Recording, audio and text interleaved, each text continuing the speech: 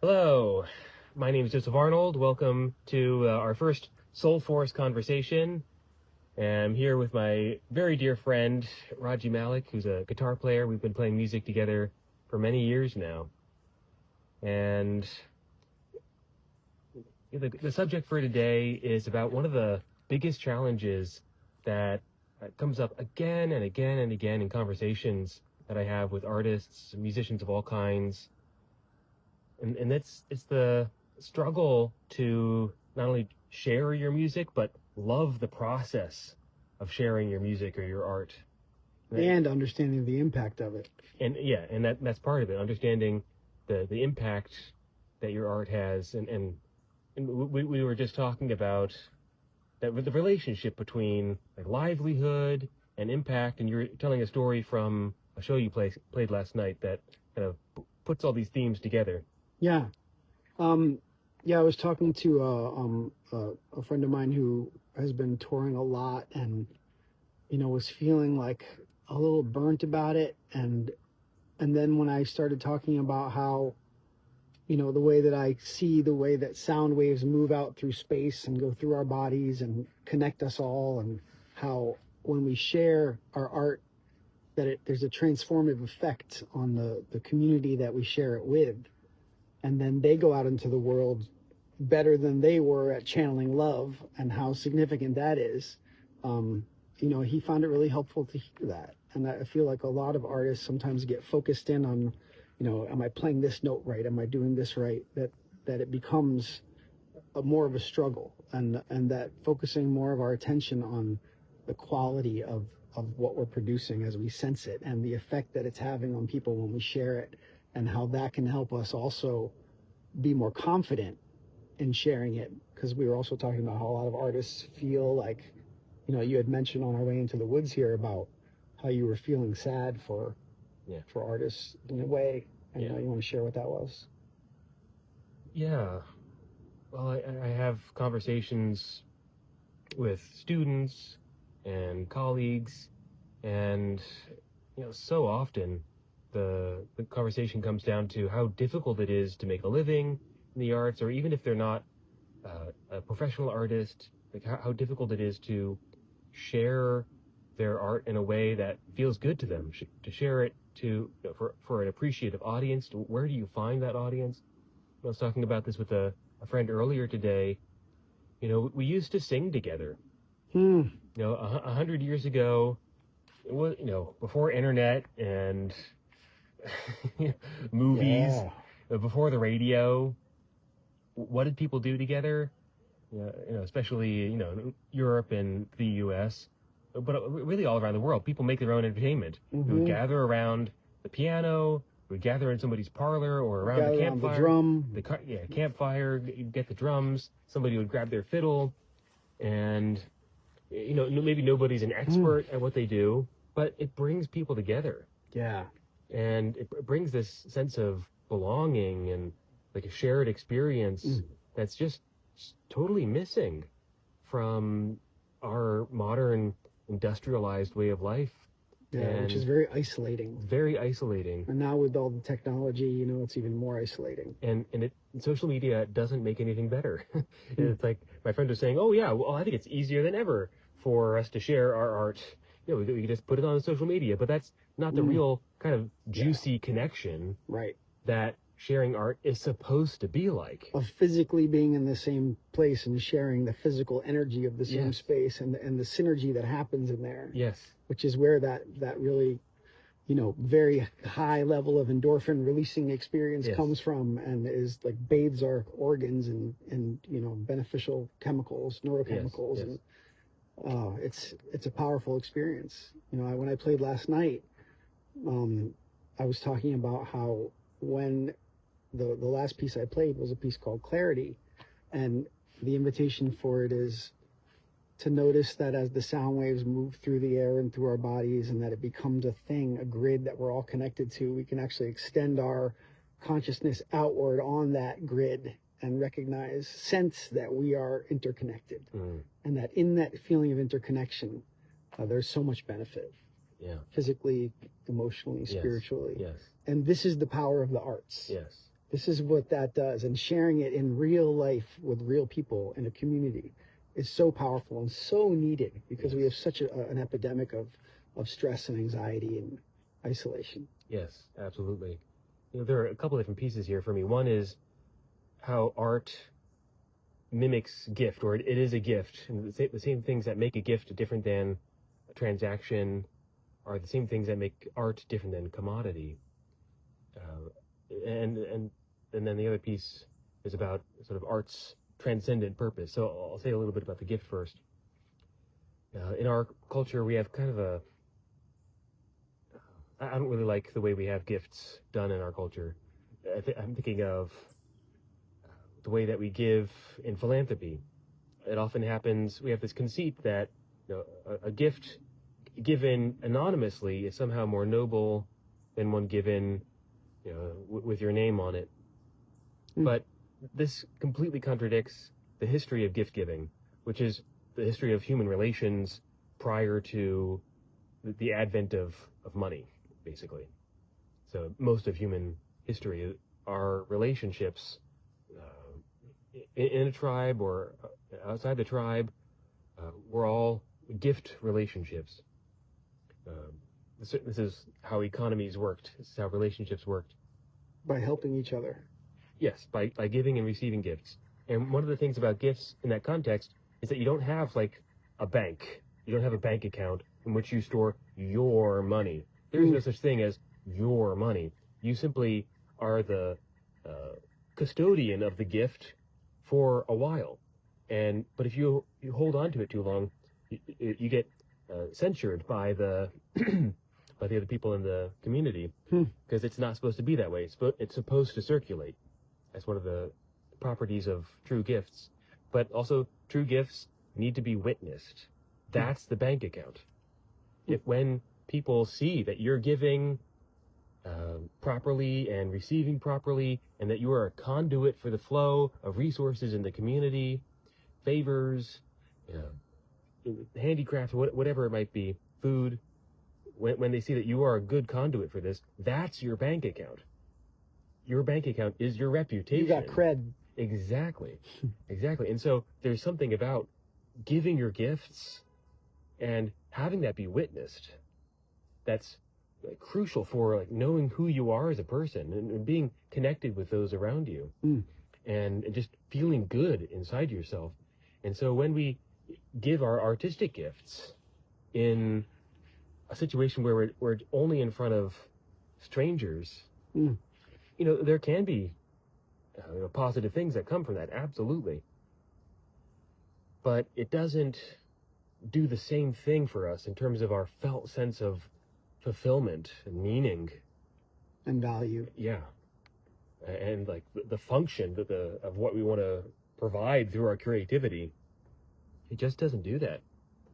And so I guess to share all this, just to name a reason for why so many artists feel this hollowness, this sense of disconnection in this modern life that we have. It's not your fault. It's the basic functioning of our economic system does that. Yeah, and I think you draw this distinction between feeling like you're providing entertainment versus something very different.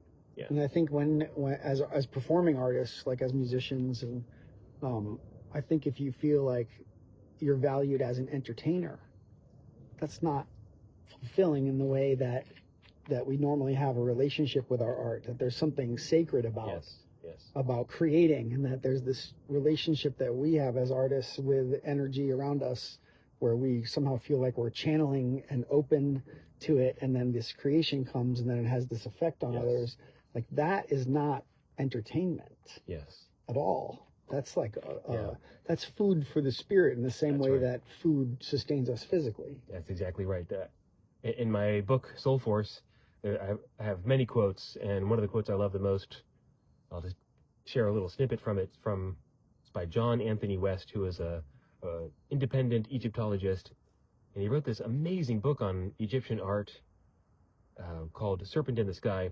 And one little line from that book is, art is not meant to be enjoyed. It is meant to illuminate. That was a real light bulb moment for me.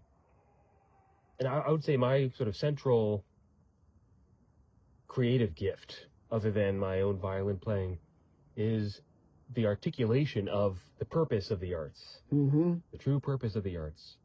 And what I find is that once people understand that, they realize that they've known this all along. It's a remembering. And then it helps orient you to all these different aspects of your artistic life. You have a new North Star, and that helps everything, helps clarify all the difficult decisions, all those challenges you've been having. So this is why I keep coming back to it. And so what is the true purpose of the arts? It's to help bring us all more alive, to inspire, heal, connect, to put us in touch with something larger than our individual selves. And the extent to which a work of art does that is the extent to which it's a masterpiece. That's the sole measure. It's not its commercial appeal. It's not its virtuosity. It's not how cool it is. It's, does it bring you more alive? Does it put you in touch with the sacred? Does it make the difference between the sacred and the mundane obsolete? Yes. The bird agreed with you. It chirped in agreement. Right. And so what you were talking about earlier, your conversation with your friend, like for a working musician in that specific example, it's easy to get burnt out when you make your purpose, perhaps unconsciously, you make your purpose just getting paid, or just getting the gig done, or getting a certain number of followers, or achieving a certain level of fame or success, or a number of albums, or whatever, downloads. All of these are fine, but they're not the ultimate purpose of the arts. And what I find helps re-energize people is remembering that ultimate purpose of the arts and starting to bring that into each of these areas. Well, how do I get more followers? By remembering, by staying true to the true purpose of the arts. How do I make a living? Can remembering the true purpose of the arts, my own little piece of that, my own artistic purpose, can all that inform how I make my living, how I create, how I get my fame and fortune? Yeah, it's kind of reorienting back to the reason why we fell in love with making art. Absolutely. With that feeling of like, whoa, there's something going on here where I'm channeling something, and then this art is coming out, and that experience is profound. And that's why we get hooked on creating art, is because it's such a beautiful feeling. Yeah. And to remember that that's the source of it, that's the reason why we do it. Yeah. Is for that experience, and then again add on to that the effect that it has on others. Absolutely. Which is huge. Absolutely. It really is. I mean, we know that also because when we go to a concert or a play or something, or some experience art in some way, and we feel transformed by it, we know what that feels like. Yeah. We know that feeling of joy and groundedness, that comes from that. So when is the first moment you fell in love with music? I'll tell you when it was. I remember it well. Well, I don't know if it was the first time I loved music, but it was definitely a transformational experience of actually playing the guitar. What happened was I had been playing guitar for a few years, and I was sitting alone in my living room, and I had come up with this composition, and I started to play it, and then all of a sudden it was over. And I know that I played the whole thing, but I had gone somewhere. I had left. I don't even know where I was. I disappeared. And I came back at the end. Yeah. And it was a transcendent experience. Yeah. I was like, where did I go? Like, I know I played it. I remember that I played it, but only like it was a surreal experience. And it was in that moment I was like, something's going on here that is really intriguing and feels so good to me and so exciting to me. And so that was the moment I got really hooked. And I was like, I want gonna chase that feeling Yeah. over and over and over again. Yeah. It's funny. So I write about that kind of experience in my book. I'll call it a moment of truth, which is the moment when that function of the arts, the purpose of the arts, takes form in your consciousness, or the consciousness of your audience, where you're transported. Where to? It's hard to put words to it. But into the oneness. Yeah, you're connected with something larger than yourself. Yep, totally. And I think a lot of people can relate to that. Yeah, right? definitely. You go into like Chartres Cathedral, or like a sacred space like that. Or nature does this as well, and art is really meant to do the same kind of thing that nature does. Speaking of nature, you hear a fiddle? I hear a fiddler back there. And the birds. Yeah. And all the sounds together, creating this song of the moment. Yeah. Lovely. Yeah.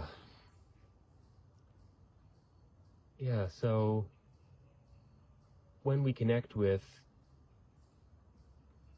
a more, you could say, transcendent purpose behind what we're doing, which you could put it in a lot of different ways, like sending healing vibrations out into the world, or helping bring your audiences more alive, or helping your audiences touch the vulnerable place, the sacred vulnerable places inside them, right, and come through the other side. Like that's what blues does. The blues isn't meant to get you down in the dumps. It's meant to touch those hurt places in a way that helps you feel that it's all okay in the end. I've been in awe of this idea that sound waves, musical sound waves in particular, can enter our bodies and create this strong emotion. I always wonder, like, what's going on with that? Like, how does that happen? And to me, that's, one of those science magic things. Like, that's just so brilliant and exciting also. I wanted to say that this thing that we're talking about of reconnecting, artists to their purpose and to their passion and to their joy for creating, and being able to move forward and turning it into a way to earn their livelihood and all that, while still staying rooted in that. It's such an important thing. I feel like, especially in these times that are particularly challenging and isolating, and that, the work that you're doing around this with the Soulforce Arts Initiative is really, really important. Thank you. So thank you for that. Yeah. And, we hope that more and more people will join this idea of reconnecting to what is sacred in the art that we share, and what its real purpose is, and how important you are as an artist. Yeah. And how much we want all of you to be able to feel that feeling of, like, I'm doing the right thing right now on this planet by sharing this art, and it matters. Yeah. So maybe we'll wrap things up here for right now. But we plan on having more conversations like this. We'll get into all the magic inner secrets of the arts. Yes. Some good techniques for how to feel that. Yeah. Make it real practical.